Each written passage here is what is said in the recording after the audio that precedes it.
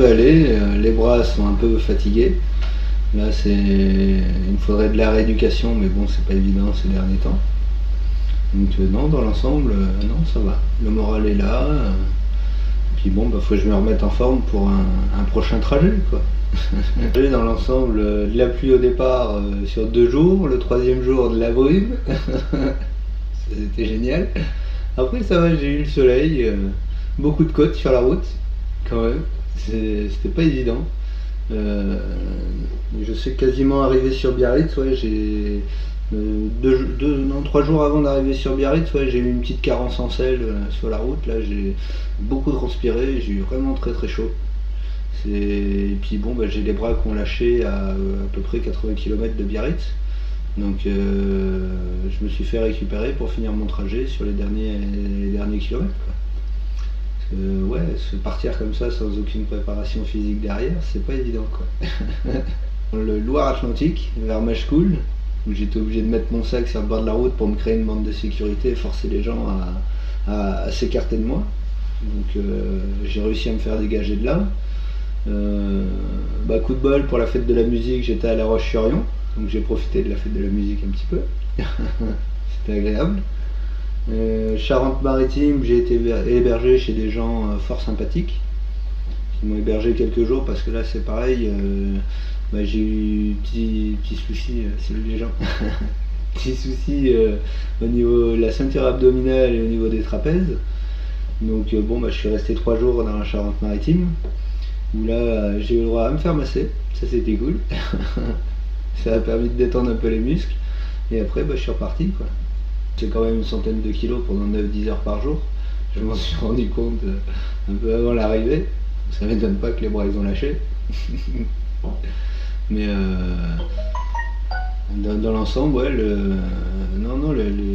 il y a des gens, ouais, qui m'ont un peu aidé dans certains endroits, parce que c'était vraiment dangereux au niveau de la circulation.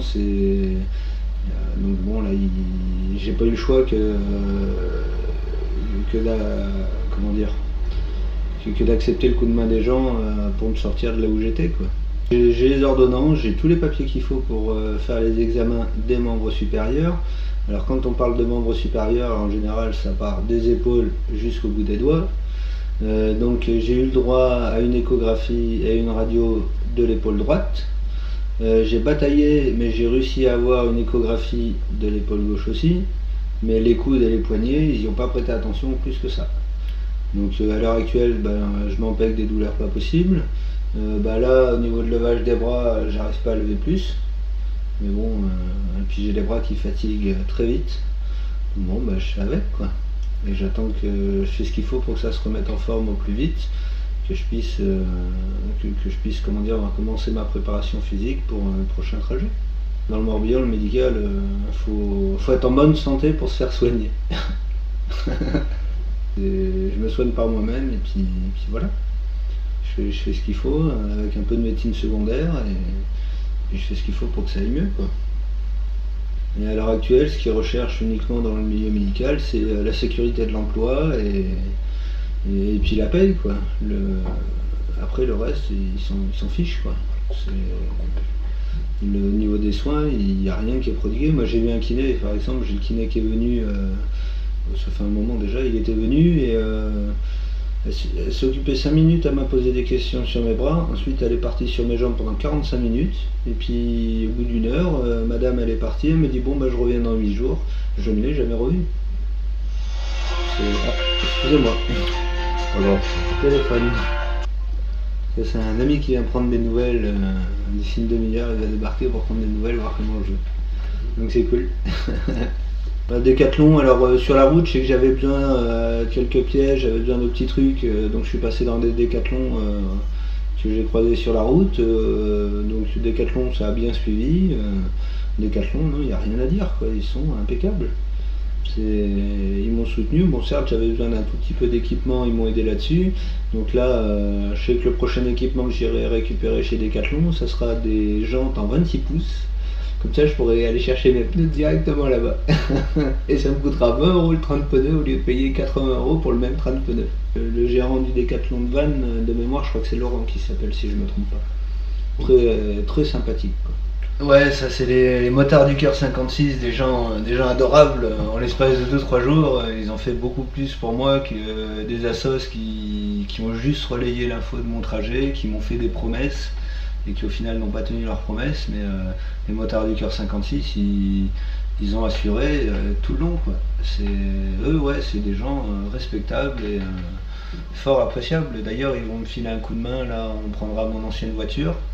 Et on descend jusqu'en Ardèche pour aller voir pour mon prochain véhicule que j'ai une voiture pour circuler tous les jours.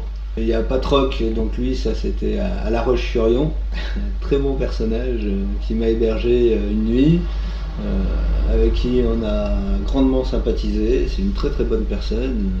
C'est d'ailleurs lui dans la petite vidéo qu'il y a donc sur ma page qui a failli se casser la gueule, il était en vélo en train de me filmer.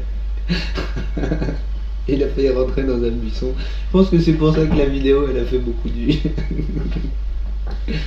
Après il y a Patrick avec son trike. On a fait une petite balade moto vraiment agréable. Je pensais pas qu'il aurait pu accrocher tout le bordel sur son trike, mais ouais, ça passe. Ensuite c'est des gens que j'ai rencontrés donc en Charente-Maritime qui m'ont hébergé 3 jours le temps que mes muscles se décoincent, que ça aille mieux. C'est là où j'ai eu le droit à des massages. Donc non, des gens fort sympathiques. J'ai d'ailleurs un t-shirt qui est dans mon sac où ils ont tous mis un petit mot dessus. Donc c'est cool, je les en remercie. Après, qui c'est qu'il y a eu d'autres sur la route? Donc quand on redescend un petit peu plus bas, il y a eu Mel, qui est une personne, donc pareil, en fauteuil roulant depuis 16 ans, suite à un accident de la route. Donc une personne fort sympathique aussi. Très gentil. Ensuite j'ai continué ma route et ensuite c'est sur Biarritz. Et alors les noms, il y a Anne-Lise, il y a Karen, la mère à Anne-Lise je me souviens plus, je suis désolé, petit trou de mémoire. Mais non, c'est des gens fort sympathiques avec qui j'ai passé de bons moments, des gens adorables. Donc c'est cool. Malgré tous les gens qui ont essayé de me mettre des bâtons dans les roues, qui m'ont essayé de me casser du sucre sur le dos en me disant que j'y arriverais pas, que c'est pas possible, qui ont essayé de tout faire pour pas que je parte, et ouais, malgré tout ça, il y a quand même des gens qui sont génialissimes, quoi, qui m'ont permis de garder le moral et de continuer à avancer, quoi.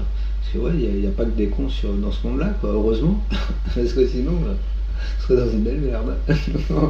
Me mettre au kayak, ouais, pour essayer de faire travailler les bras, retrouver de la mobilité au niveau des bras, ça serait une très très bonne chose, quoi. Et ouais, j'ai histoire de me laisser 2 ans, histoire de bien me préparer comme il faut, et puis recommencer un trajet. Donc je vous en dirai pas plus sur le trajet, mais recommencer un trajet, ouais, d'ici 2 ans, un gros trajet. Donc ouais, c'est pour ça qu'il y a 2 ans de préparation. Moi j'ai remarqué que si on veut que les choses elles avancent pour soi-même, et il faut pas attendre par les autres, quoi. Parce que sinon si on attend après les autres, on nous fait des promesses, il n'y a rien qui avance, il faut compter sur soi-même pour que ça avance. Et regarder de l'avant, parce que si on regarde derrière, on finit par se casser la gueule. Il faut toujours regarder devant, garder le sourire autant que possible et puis avancer, quoi. Et puis si on a un joueur qui veut venir rouler avec moi, qu'il vienne rouler, il y a de la place sur la route. Sûrement sur la route je ferai une vidéo en direct que je mettrai sur le Facebook.